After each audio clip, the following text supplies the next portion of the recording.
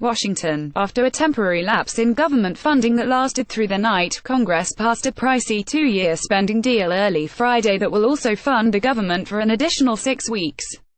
The government temporarily closed after Congress failed to pass a government funding bill before a midnight deadline due to the objections of one senator, shutting down non-essential government services.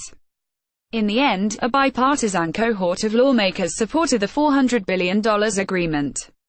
Shortly after 1:30 a.m. ET, the Senate voted 7,128 to approve a 2-year spending bill that would reopen the government, and the House passed it at 5:30 a.m. with the support of 240 members. Trump tweeted Wednesday morning that he had signed the bill, officially ending the brief shutdown. "Just signed bill. Our military will now be stronger than ever before. We love and need our military and gave them everything, and more. First time this has happened in a long time. Also means jobs, jobs, jobs," he wrote. He followed the post with a call for Republicans to increase their majority in the midterm election. "Without more Republicans in Congress, we were forced to increase spending on things we do not like or want in order to finally, after many years of depletion, take care of our military. Sadly, we needed some damn votes for passage. Must elect more Republicans in 2018 election," he tweeted. Congress now has until March 23, the next funding deadline, to write the legislation to accompany the spending deal that will fund the government for the remainder of the fiscal year. The overnight shutdown occurred because Senator Rand Paul, RKY, used a procedural tactic to block the Senate from meeting its deadline. To the ire of his colleagues, Paul protested the vote because of the large price tag of the 2-year spending deal. The agreement is an attempt to end the repeated drama of short-term funding bills that have occupied Congress for much of the past 5 months. But it, too, was filled with drama until the end. Paul's stunt forced government agencies to begin shutting down for the second time this year. "I can't, in all good honesty, in all good faith, just look the other way because my party is now complicit in the deficits. But really, who's to blame? Both parties," Paul said on the Senate floor. In the House, the measure easily passed despite several days of outcry from Democrats over the Deferred Action for Childhood, the rival's immigration program, or DACA.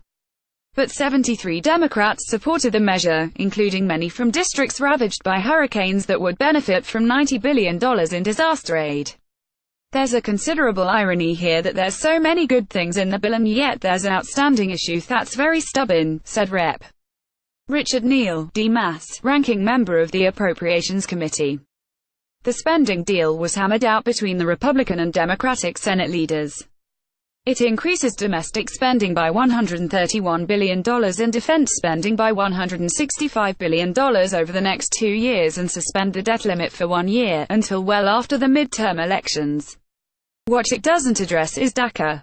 Per an agreement to end the 3-day government shutdown last month, the Senate will take up DACA next week. House Democrats sought a similar agreement from House Speaker Paul Ryan, RWISC, who insisted that he will bring up DACA legislation. "To anyone who doubts my intention to solve this problem and bring up a DACA and immigration reform bill, do not," Ryan said at a news conference Thursday. "We will bring a solution to the floor, one that the president will sign. We must pass this budget agreement first, though, so that we can get onto that. So please know that we are committed to getting this done." But Ryan has not promised an open and neutral process that gives Democrats the opportunity to help craft the bill. And most notably, President Donald Trump's support for a bill is a litmus test Democrats can't accept. "Sometimes I think the Speaker thinks he is the Speaker of the White House, not the Speaker of the House of Representatives," Democratic leader Nancy Pelosi said just before the vote. Representative Luis Gutierrez, DIL, said it's time for Democrats to have courage. "Anyone who votes for the Senate budget deal is colluding with this president and this administration to deport dreamers. It is as simple as that," Gutierrez said in a statement. Fiscal conservative Republicans decried the price tag. Rep. Jeb Penzaling, R. Texas, who is chair of the House Financial Services Committee and is retiring at the end of his term, called the bill a monumental mistake and a sad day. "With the passage of this spending package, I fear Republicans have ceded our moral authority to lead our nation away from eventual national insolvency. Cannot in good conscience support it," he said in a statement. Representative Mark Walker of North Carolina, chairman of the Conservative Republican Study Committee, was one of 67 House Republicans, and 16 in the Senate, to vote against it. The more we read the text, the more surprises for green energy and some of those things that we're adamantly against, Walker said. Some Republicans are praising the proposed increase in military spending, while Democrats are hailing an increase in domestic spending, a tonic that was enough, along with the desire to avoid another government shutdown, to garner enough votes. But it's wasn't an easy vote for many. Senator Tim Scott, RSC, struggled with his vote but supported it. I think the military spending is incredibly important, probably a once-in-a-lifetime increase from my perspective, but the papers are challenging, Scott said, referring to about $100 billion of revenue-raising mechanisms.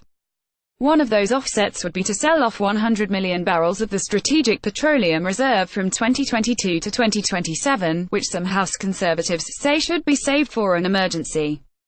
Senator John Kennedy, RLA, voted against the measure, pointing to the major increases to the deficit.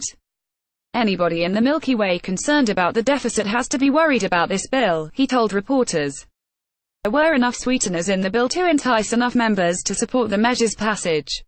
The addition of disaster relief brought Sen.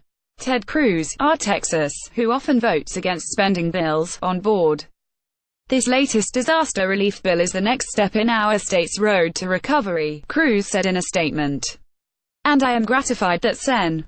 John Cornyn, R. Texas, and I have been able to build upon and improve the bill that was sent to us by the House of Representatives to give the state of Texas the resources it desperately needs.